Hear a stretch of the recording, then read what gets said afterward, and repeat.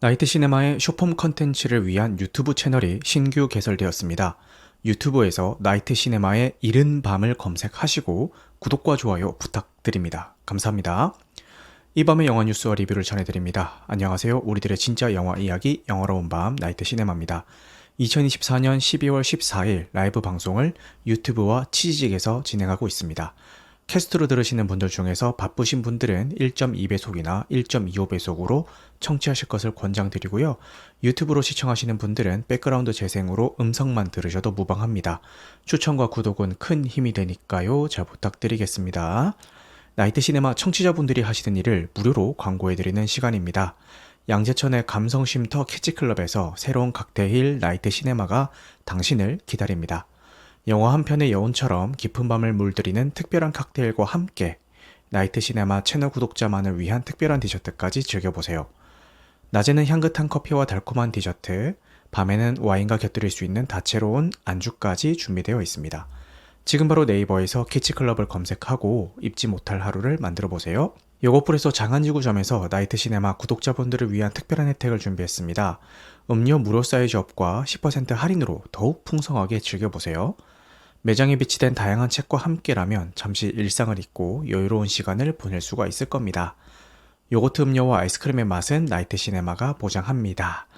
지금 바로 네이버에서 요거프레소 장안지구점을 검색하고 특별한 혜택을 누려보세요. 시네필을 위한 영화와 함께하는 1년 영화 명대사 캘린더 2025년판이 출시가 되었습니다. 팟캐스트 시네타운 19 PD들의 극찬을 받은 이 캘린더는 평단과 대중의 극찬을 받았던 12편의 명작을 담고 있습니다. 캘리그라피스트 소울과 일러스트레이터 나산이 협업하여 각 영화의 기억에 남는 명대사와 명장면을 아름답게 표현했습니다. 모노톤의 고급스러운 디자인으로 어느 공간에도 잘 어울리는 세련된 스타일을 자랑합니다. 네이버 스토어에서 더 소울 스타일을 검색하여 구매해보세요. 쌍시옷이 아니고 그냥 시옷 더 소울 스타일입니다. 한정 수량으로 제작되어 조기 품절이 예상되오니 서둘러 주시길 바랍니다. 영화를 사랑하는 분들에게 최고의 선물이 될 이 특별한 캘린더를 지금 바로 만나보세요. 나이트 시네마는 팟캐스트 어디 영좀 시네타운 3구 삼덕유한공사와 함께 합니다. 먼저 댓글 읽고 시작을 해보겠습니다. 팟빵에 탈출 나몰빼미님이 댓글을 남겨주셨습니다. 오랜만에 듣네요. 그러게 최근에 댓글을 안 남겨주셨네요.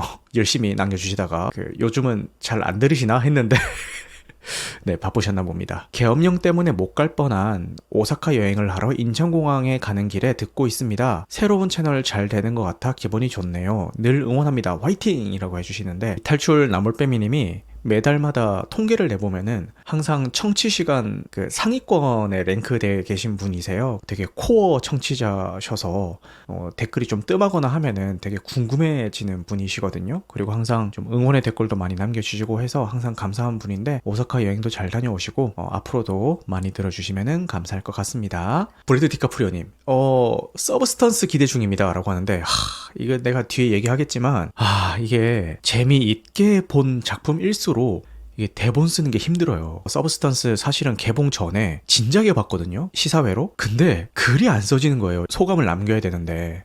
그래서 생각 정리가 안 돼가지고 미루다가 어제 밤에 다 썼습니다.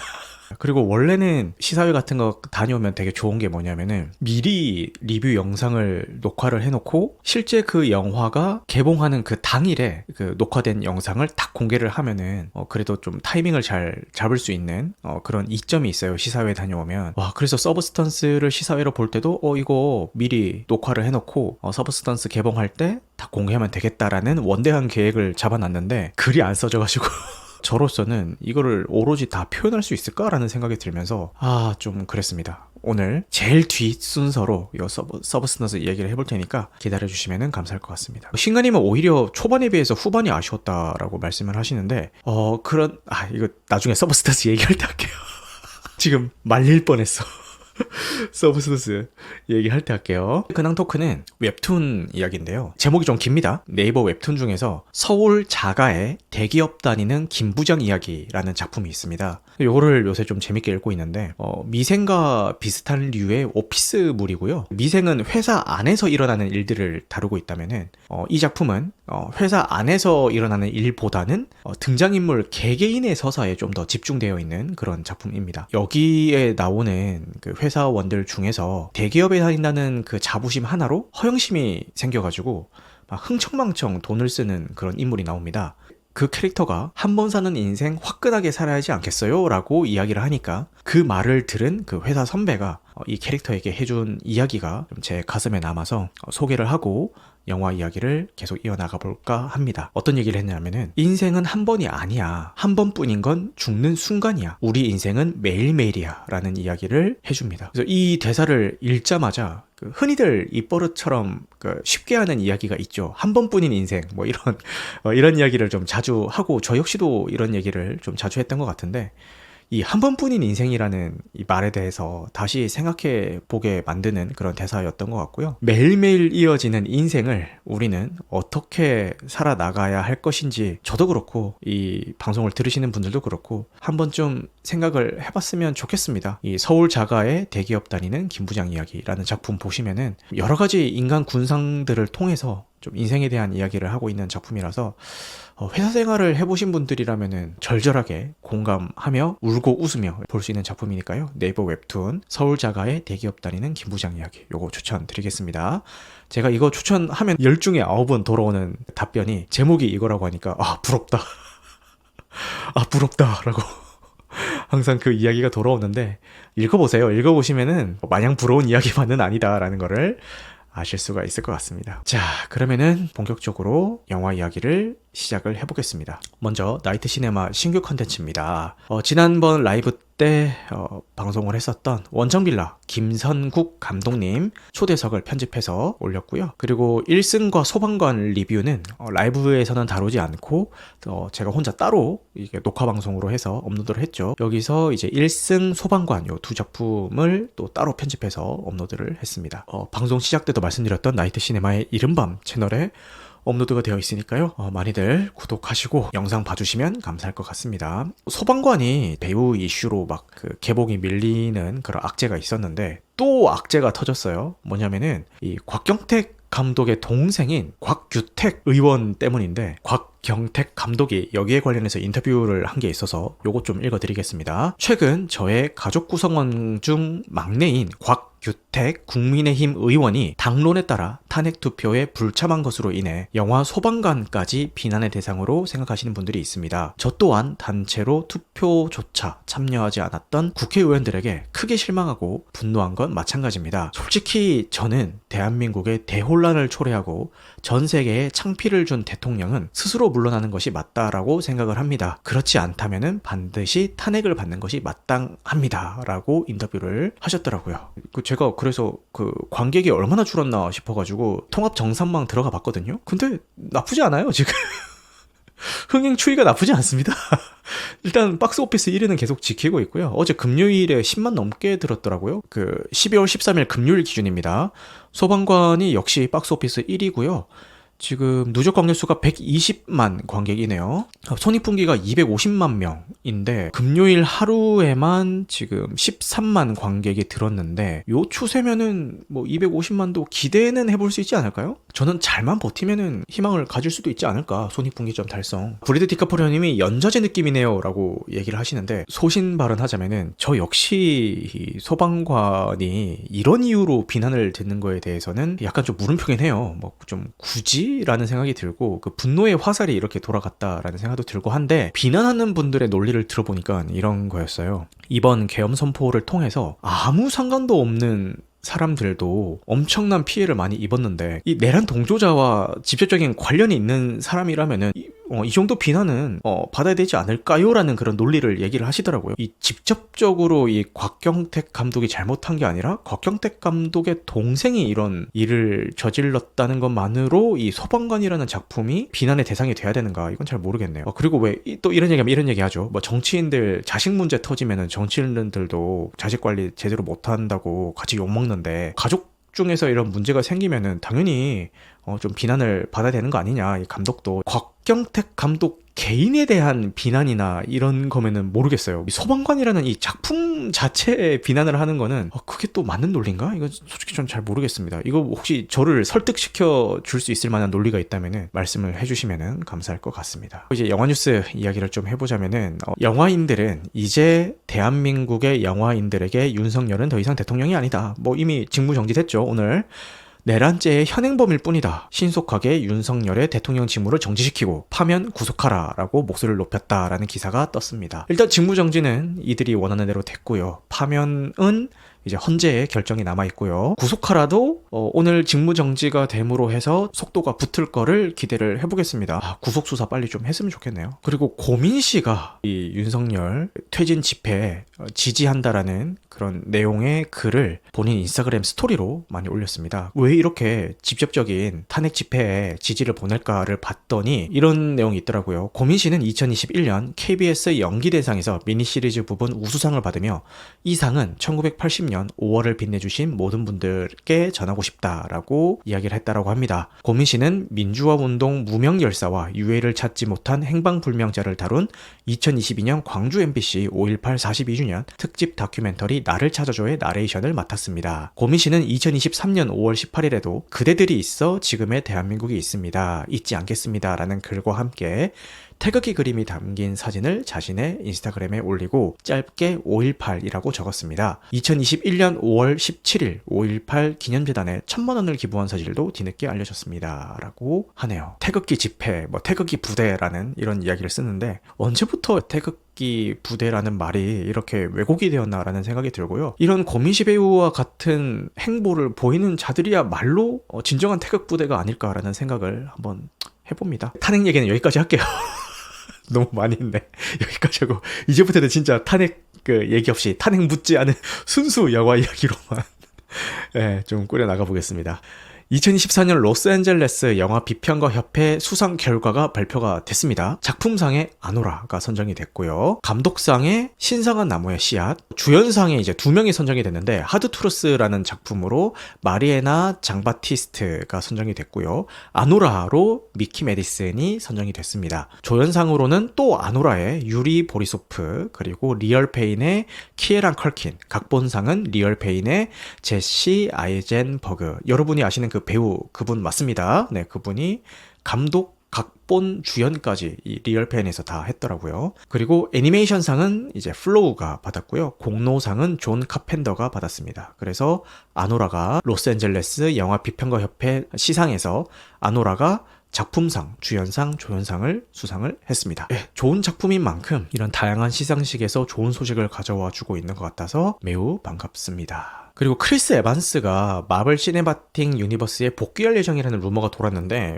크리스 에반스 본인 피셜 계획이 없다라고 합니다. 네, 그냥 루머였을 뿐인 것 같고 나도 모르는 일이다 라고 인터뷰를 했는데 이게 연막작전일지 진짜 터무니없는 루머일지는 모르겠지만 한번 소식을 기다려보도록 하겠습니다. 28년 후가 2025년 6월에 개봉을 예정하고 있고 예고편도 공개를 했습니다.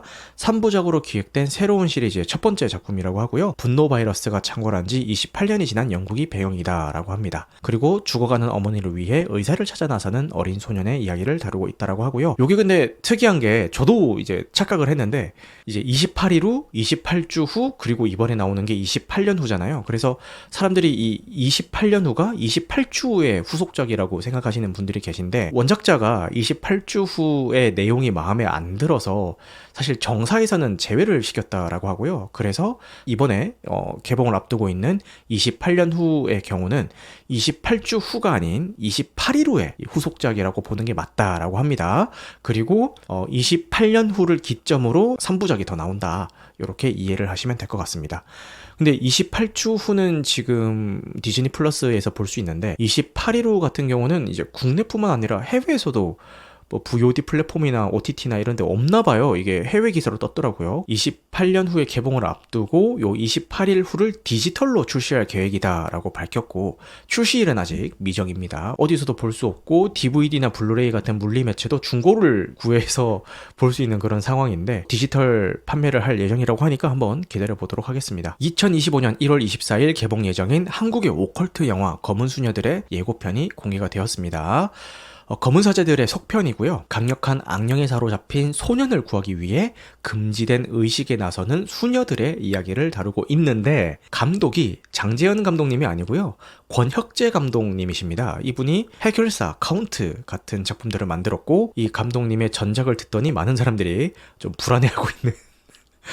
불안해하고 있습니다. 그리고 저는 사실 이 배우에 대한 편견은 없는데, 이 송혜교 배우가 나온다는 것만으로 좀 기대를 저버리시는 분들이 계시더라고요. 의외로 송혜교 나오면 좀 기대가 별로 안 되는데, 좀 걱정되는데, 이 얘기를 생각보다 많은 분들이 얘기를 하셔서 약간 좀 어리둥절했습니다. 왜냐하면 저는 송혜교 배우에 대한 그런 이미지가 없었기 때문에 그렇게 보는 분들이 계시구나 라는 거를 좀 알았습니다. 캐스팅은 송혜교, 전여빈, 이진욱, 문우진, 요런 쟁쟁한 배우들이 캐스팅이 됐습니다. 저는 기대작이고요. 요거 개봉하면은 극장에 가서 한번 보도록 하겠습니다. 그 다음 제 기대작인 이블레드 시리즈의 신작 소식이 도착했습니다.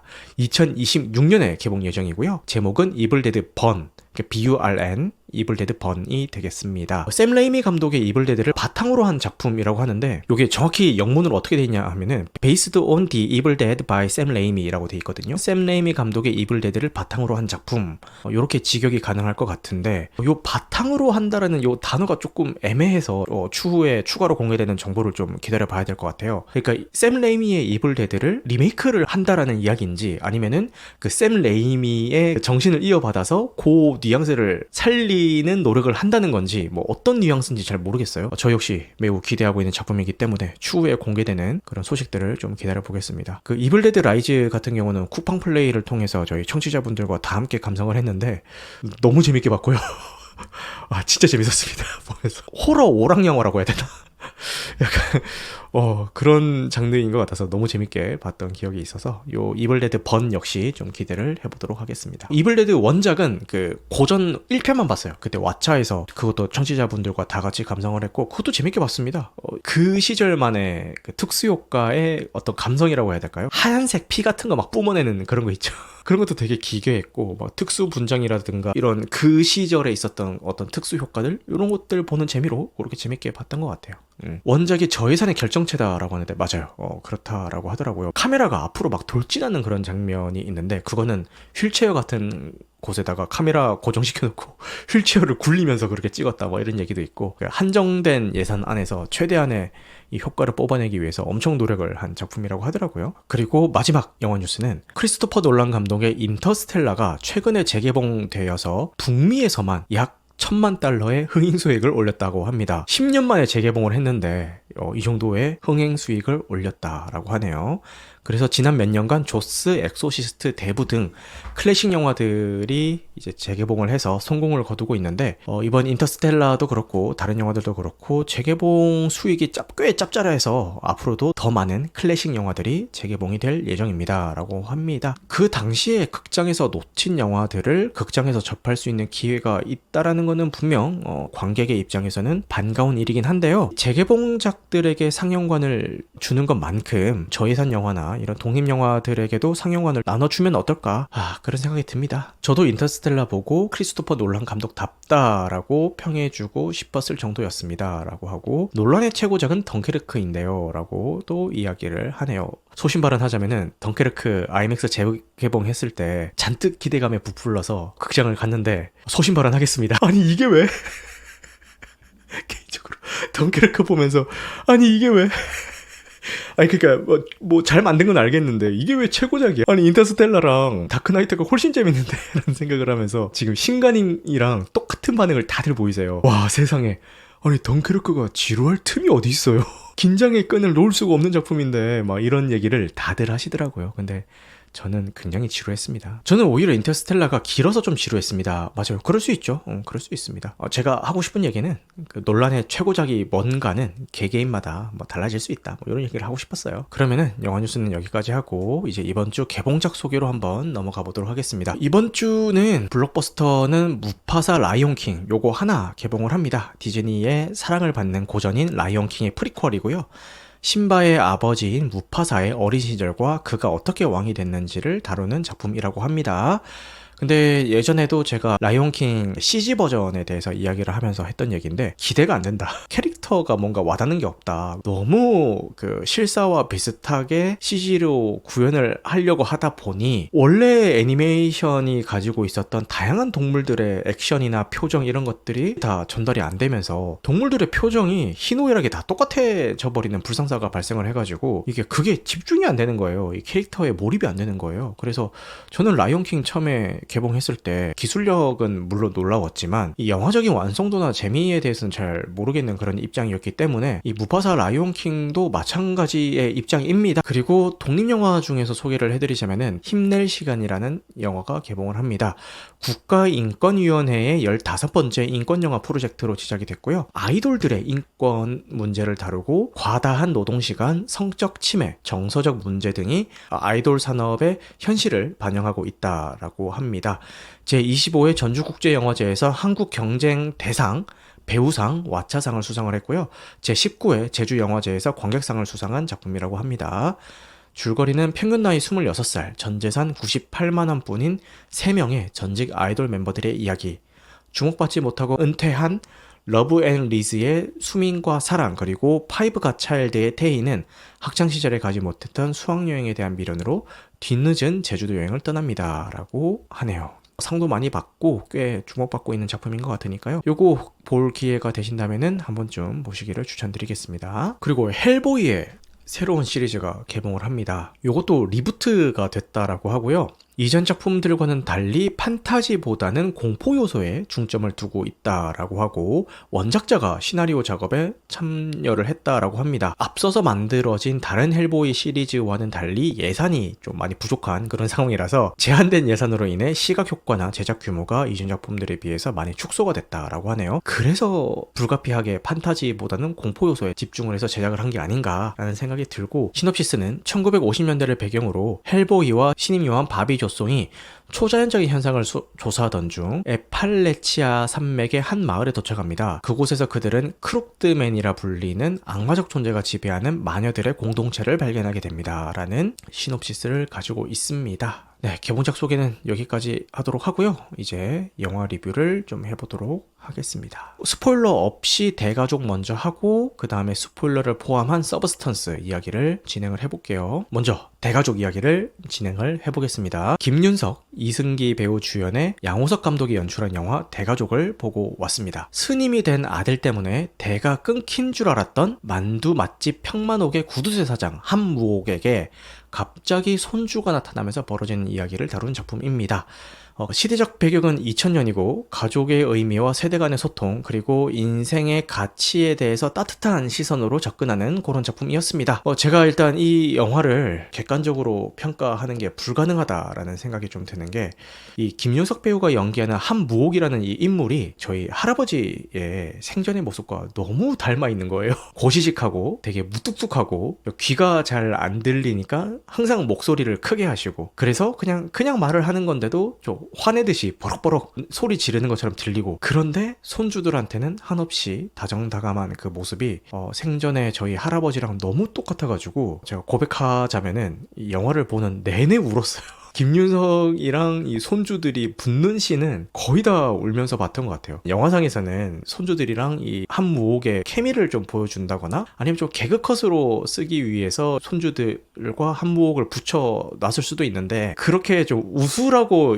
연출한 그 장면에서도 한무옥이 손주들을 향해서 아이고 우리 손주 하면서 막 한박 웃음을 지을 때마다 와, 이 눈물이 멈추지를 않는 거예요. 지금 신가님이 갱년기냐고 물어보시는데 저 말에 약간 마음이 흔들리는 게 뭐냐면은, 요새 자기 전에 틱톡이나 뭐 인스타 릴스나 유튜브 쇼츠나 이런 걸 좀 보다 잔단 말이에요. 좀 감동적이거나 그런 영상들이 나오면은 계속 보게 돼요. 보고 그걸 보면서 계속 막 되게 청승맞게 막 울게 된단 말이야. 그런 영상만 보니까 계속 그런 영상만 추천을 해주잖아요. 근데 그 나올 때마다 계속 보게 되더라고. 그래서 보면서도 울고 막 밤에 요새 최근에 몇 번 좀 그랬던 것 같아요. 어쨌든 이렇게 한무옥이 손주들을 향해서 아이고 우리 손주 하면서 한박웃음을 지을 때마다 와 진짜 눈물이 멈추지를 않는 거예요. 사실 저희 할아버지께서도 생전에 저랑 동생을 많이 아끼셨거든요. 영화에서 보면은 손주가 막 한무옥한테 뭐 해달라고 하면은 평소에는 절대 안 할 것 같은 것들도 그냥 다 들어주잖아요. 저희 할아버지도 그러셨거든요. 이런저런 에피소드가 있었다라고 대본에 쓰다가 이 대본을 쓰는 것만으로도 약간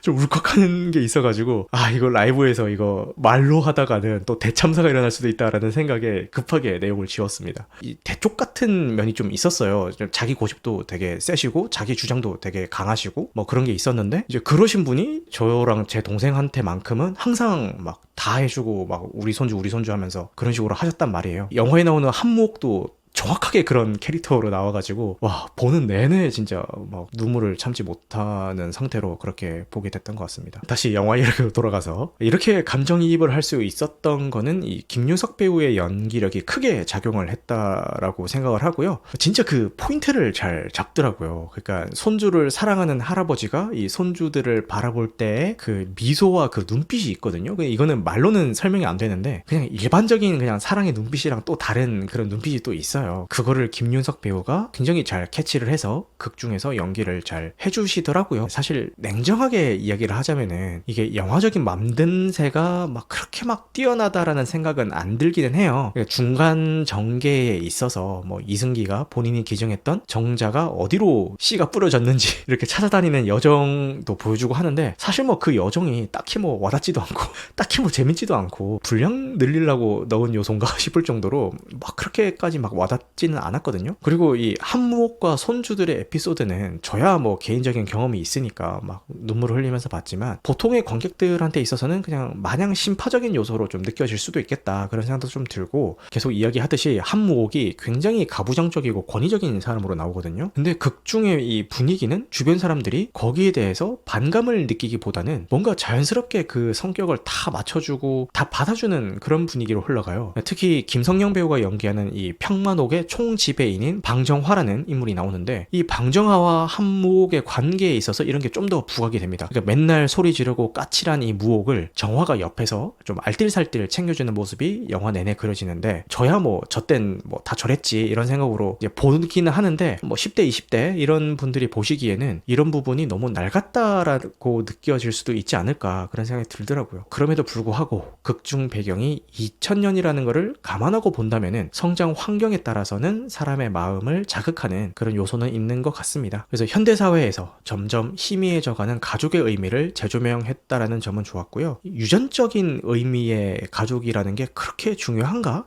라는 생각도 하게 만들어줬습니다. 그러니까 때로는 가족 같지도 않은 핏줄도 있는 법이고요. 때로는 피 한 방울 섞이지 않아도 가족보다 더 의지된 관계도 있는 거잖아요. 그러니까 비슷한 설정으로 있었던 과속 스캔들에서는 코미디 위주로 이야기를 풀었다면은 이번 대가족에서는 이런 가족의 의미에 대해서 다시 한번 생각해보자라는 그 메시지를 던지는 것에 중점을 두고 있다라는 생각이 들었습니다. 그래서 이 영화를 한마디로 표현을 하자면은 이 평만옥에서 파는 따뜻한 만둣국 같은 작품이라는 생각이 들고요. 왜 하필 만두였을까를 생각을 해보면은 이 만두 속에 들어가는 재료는 각양각색인데 그것들이 하나로 뭉쳐질 수 있게 부드럽고 따뜻하게 감싸주는 게 만두피잖아요. 그게 바로 여기서 이야기하는 가족의 모습이 아닐까라는 생각이 듭니다. 이 부모님이나 어르신을 모시고 극장 나들이를 계획하고 계신 분들이나 조부모로부터 사랑을 받은 경험이 있는 분들이 이 영화를 보시면은 분명히 만족하실 거라고 생각을 합니다. 극장 나들이에 참고하시기를 바라겠습니다. 오늘의 이제 마지막 순서인 서브스턴스를 이제 스포일러를 포함해서 좀 얘기를 해볼까 하는데 드디어 19금 영화 전문 유튜버 나시의 시간이다 라고 하시고 서브스턴스 평점이 엄청 좋던데요 라고 기대감을 올려주시네요. 호러 스릴러 장르라기보다는 바디호러죠. 바디호러. 괴랄하다는 맞습니다. 그런 거에 대해서 한번 얘기를 좀 해볼게요. 벗는 영화의 진심, 그죠? 올르드가 나오죠. 데미 무어도 그렇고 마가렛 퀄리도 그렇고 전신 누드를 이제 보여줍니다. 좀 깜짝 놀랐던 게 뭐 전신 누드라고 하길래 저는 기껏해야 뭐 그냥 뒷모습 누드겠거니 생각을 했는데 진짜 헤어 누드까지 다 나와가지고 오씨 뭐야 데미 무어랑 마가렛 퀄리가 상당히 큰 결심을 하고 찍었구만 이런 생각이 들더라고요. 데미 무어 커리어 최고의 성과라는 평을 받으며 각종 영화제에서 화제를 모으고 있는 서브스턴스의 시사회를 다녀왔습니다. 늙고 예전 같지 않은 유명인이 젊음을 되찾기 위해 약물을 복용하면서 벌어지는 일을 통해서 외모 중심주의와 성상품화에 대한 비판적인 태도를 담고 있는 작품입니다. 개 미친 영화라는 홍보 문구가 과장이 아닐 정도로 이 작품은 처음부터 끝까지 광기에 휩싸여 있습니다. 그럼 지금부터 어떤 점에서 그렇게 느꼈는지, 그리고 감독은 왜 이런 영화를 만드는 건지에 대한 제 생각을 스포일러를 포함해서 이야기를 해보겠습니다. 연기에 귀기가 느껴졌다라고 하는데 맞아요. 그 정도로 신들린 연기를 보여줬죠. 네, 먼저 대략적인 줄거리부터 설명을 드리겠습니다. 데미 무어가 연기하는 엘리자베스 스파클은 한때 아카데미상을 받고 명예의 거리에 입성한 대스타였지만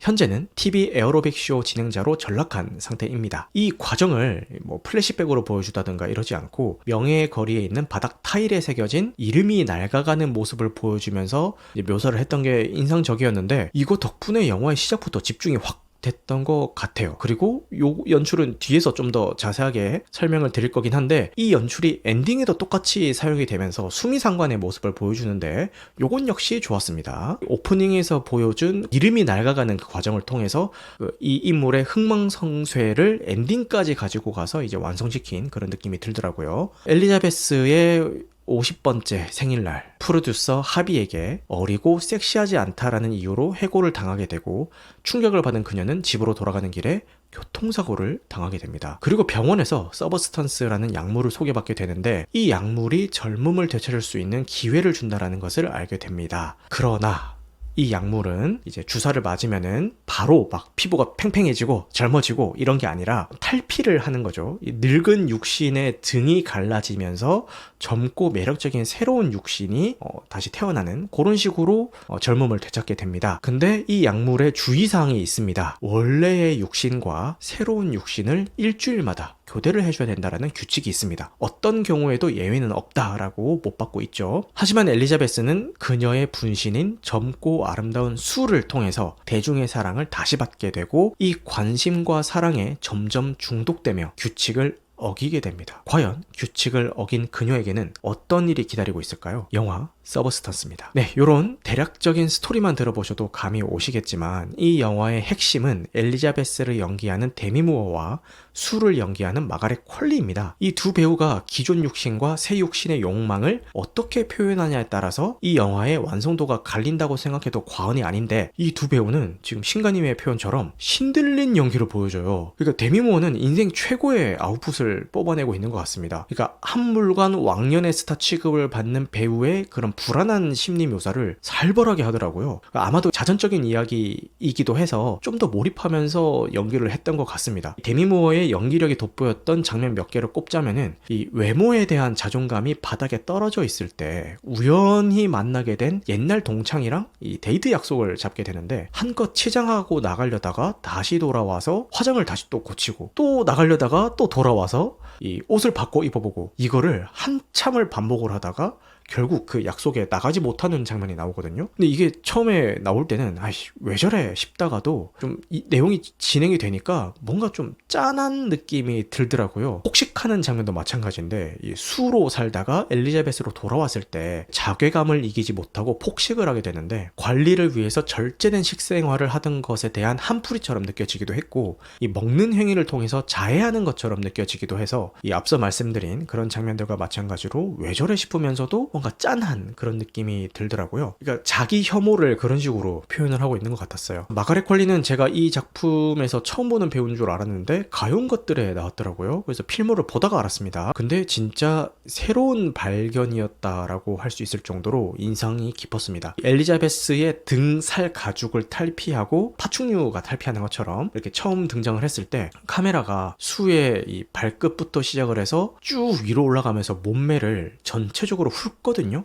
근데 그때 저도 모르게 감탄사가 나오더라고요. 와 이러면서 진짜 말도 안 되게 그 매끈하고 되게 예쁜 몸매를 그 카메라에 담아줘요. 근데 인터뷰를 보니까 이게 CG를 한 건 아니고 특수 분장을 한 거라고 하더라고요. 이어서 이 수가 승승장구해서 에어로빅 프로그램에 나올 때 그때도 카메라가 노골적으로 이 수의 몸매를 되게 훑어주거든요. 이 영화상의 시청자들도 거기에 열광한 덕분에 이 수는 승승장구하는 거고, 이 서브스탄스 영화를 보고 있는 관객들도 넋을 나가게 만드는 그런 장면이라고 생각이 들었습니다. 볼 때는 막 감탄을 하면서 와 진짜 몸매 참 몸매가 참 아름다우시구나 라고 하면서 보게 되다가, 이 영화를 끝까지 다 보고 나면은 저렇게 미디어에서 노골적으로 성상품화한 것에 홀려서 외모지상주의를 가중시키는 거는 영화상에 있는 시청자들이나 그 장면에서 넋을 놓고 봤던 영화의 관객들이나 다 똑같아 라고 감독이 말하는 것 같아서 약간 좀 머쓱해지긴 하더라고요. 그래서 이런 점도 인상이 깊었는데, 점점 자신의 아름다움에 취해서 엘리자베스를 혐오하게 되는 과정의 묘사나, 나중에 서브스탄스의 부작용으로 막 치아가 빠지고 막 귀가 떨어지고 이런 이 증상이 일어날 때의 그 혼란스러움을 표현한 연기라든가 이런 것들도 다 굉장히 연기를 잘 하더라고요. 처음에 바디 호러 장르라고 하길래 엘리자베스 등이 갈라지면서 수가 태어나게 되는 그 과정 때문에 바디 호러라고 하는 건가? 라고 생각을 했는데, 이 작품이 왜 바디 호러인지는 이 영화의 후반부에 본격적으로 나오기 시작을 합니다. 그러니까 일주일마다 예외 없이 몸을 바꿔줘야 된다는 그 룰을 아름다운 수의 외모를 유지하기 위해서 이제 어기게 되잖아요. 근데 그 어긴 대가로 온몸의 신체 부위가 뒤틀려버린 괴물이 되어버리는데, 지난번에도 리뷰했었던 1982년작 괴물에 나오는 그 외계인의 모습과 흡사 닮아 있더라고요. 여기서 잠시 좀 새끼로 세자면은, 이 영화는 각종 고전 호러 영화에 대한 오마주가 많이 담겨 있어서 그런 걸 찾아보시는 재미도 있을 것 같아요. 사이코, 괴물, 샤이닝, 캐리 뭐 이런 것들이 있는데, 저는 이 중에서 괴물과 사이코밖에 본 게 없어서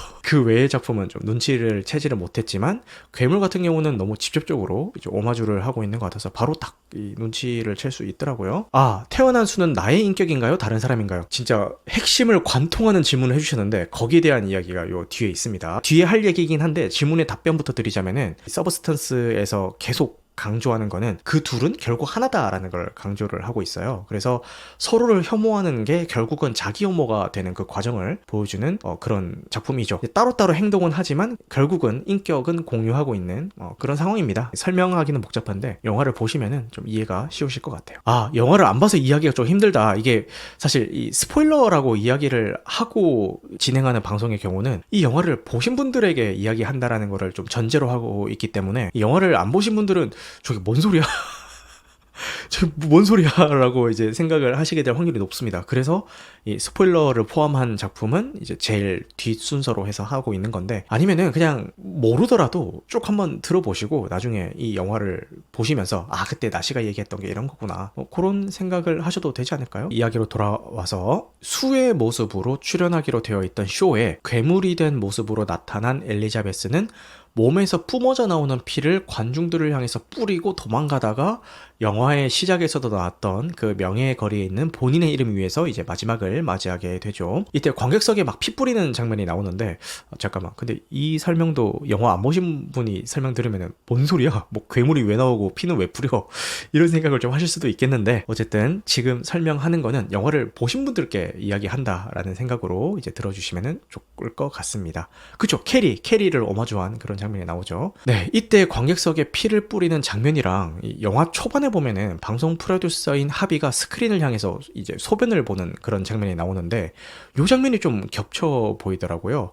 그러니까 저항하지 못하고 피를 다 맞게 되는 이 극중의 관객들과 저항하지 못하고 하비의 소변을 맞는 듯한 그 느낌을 받는 실제 관객들의 모습이 좀 겹쳐서 보이더라고요. 그래서 이게 왜 이렇게 연출을 했을까를 생각을 해보면은, 이 저항하지 못하고 외모지상주의에 대한 폭력을 그대로 받아들여야 되는 이 엘리자베스와 수의 기분을 느끼게 해주고 싶었던 것 같아요. 마지막 공연을 앞두고 투자자들과 하비가 이 수를 향해서 여자는 예쁘게 웃어야 된다 뭐 이런 이야기를 하면서 웃음을 강요하는 그런 장면이 나오는데, 이 수는 본인의 몸이 막 치아도 빠지고 귀도 떨어지고 이렇게 무너져 가고 있는 그 상황 속에서도 그 말에 저항하지 못하고 강제로 미소를 지어 보이게 되죠. 영화 초반에 나오는 엘리자베스도 마찬가지입니다. 이 나이 들었다라는 이유만으로 하비에게 언어폭력을 당하지만 저항하지 못하고 하비의 말에 따를 수밖에 없죠. 미디어에 의해서 강요당하고 가지고 있는 젊고 아름다움에 대한 폭력을 아주 대놓고 보여주는 연출들이라는 생각이 들었습니다. 그래서 이 부분에 대해서 좀 페미니즘 영화로 사람들이 많이들 느끼고 계신 것 같아요. 그래서 지금 이것 때문에 왓챠피디아 들어가 보시면은 사람들끼리 댓글로 엄청 싸우고 있더라고요. 저 역시 이 페미니즘 요소가 당연히 뭐 있는 작품이라는 생각은 하지만 이 페미니즘만 있다라는 생각보다는 페미니즘도 있다는 생각이 드는 작품이거든요. 여성에게 아름다움과 미소를 강요하는 이 미디어와 대중의 폭력성도 묘사가 되어 있지만 그에 못지않게 그 아름다움과 미소를 통해서 부를 얻고 허영심과 욕망에 사로잡혀버린 여성들도 묘사하고 있다라는 생각이 들었거든요. 그래서 결국 이 엘리자베스가 파국에 이르게 되는 것도 아름다운 수의 모습을 조금 더 유지하고자 했던 그 욕심 때문이고, 원래의 모습인 엘리자베스일 때도 본인의 모습에 만족하지 못하고 이제 외출조차 하지 못하다가 수의 모습에 질투심을 느끼고 폭주하는 그런 모습을 보여주잖아요. 그래서 이렇게 이야기하면은 여성들이 그렇게 외모에 집착할 수밖에 없게 된 이유는 결국 대중들의 비교와 평가와 이 여성성의 상업화 때문이 아니냐라고 이제 반박하는 그런 논리들도 왓챠피디아 댓글에 보이던데, 사실 이거는 닭이 먼저냐 달걀이 먼저냐 그런 맥락 같아서 사실 답이 없다고 생각이 듭니다. 답도 없는 문제로 싸우고 있으니까 뭐 이야기가 계속 길어지는 것 같은데, 그냥 보는 사람마다 알아서 판단하면 될 것 같고요. 네, 답도 없는 문제로 싸울 시간에 그냥 영화 한 편이라도 더 보시는 거를 추천드리겠습니다.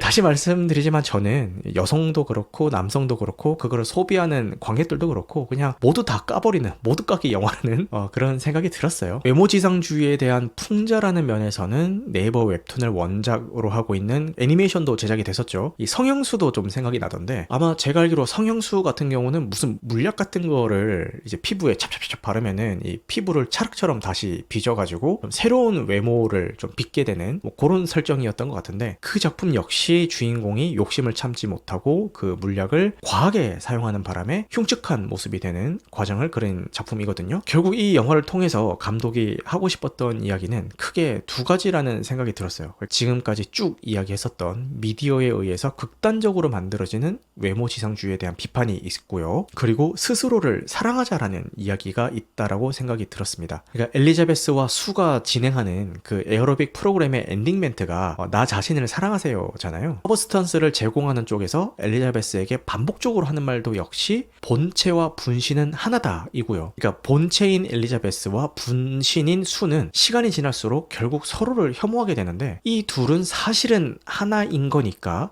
결국은 자기 혐오가 되는 거겠죠. 나이 들고 외모 경쟁력이 없어진 자기에 대한 혐오, 그리고 젊고 예뻐서 사랑받는 자신에 대한 질투심과 열등감, 이 두 가지 감정이 서로를 지배하면서 극단적인 자기 혐오에 빠지게 되는 거겠죠. 그래서 생각해보면 결국 서브스턴스를 사용하게 된 것도 엘리자베스가 현재의 스스로를 받아들이지 못하고 사랑하지 못해서인 거죠. 거기서부터 파국이 시작이 되는 겁니다. 그래서 영화에서는 극적인 요소로 이 서브스턴스라는 약물이 사용되긴 하지만, 현실에 대입을 해서 생각을 해보면은 뭐 성형 수술이나 시술 같은 것들로 치환해서 생각을 해볼 수가 있겠죠. 그러니까 의료 목적이 아닌 미용 목적의 성형 수술이나 시술 같은 경우 대부분은 스스로의 외모에 만족하지 못해서 하는 걸 겁니다. 처음 몇 번이야 뭐 괜찮죠. 근데 영화 속 엘리자베스처럼 점점 중독되기 시작하면은 성형 중독으로 이어져서 영화의 마지막에 나오는 괴물처럼 스스로를 망가뜨리게 되는 결과를 맞이하게 되지 않나, 그런 생각이 드네요. 근데 저도 이제 얼굴을 공개하고 이런 컨텐츠 활동을 하는 입장에서 댓글로 외모 공격을 종종 받는 편이거든요. 제가 얼굴을 공개하면서 컨텐츠 활동을 하는 거는 제가 구독자를 끌 수 있을 만큼의 대단한 외모라서가 아니라 그냥 제 라이브 방송에 오시는 분들이랑 좀 더 가깝게 소통하고 싶어서이거든요. 저도 알죠, 제가 미남형 아니라는 거. 근데 저는 미남형이 아닐지라도 그냥 저는 제가 좋거든요. 근데 갑자기 이 얘기가 왜 나오는지 모르겠는데,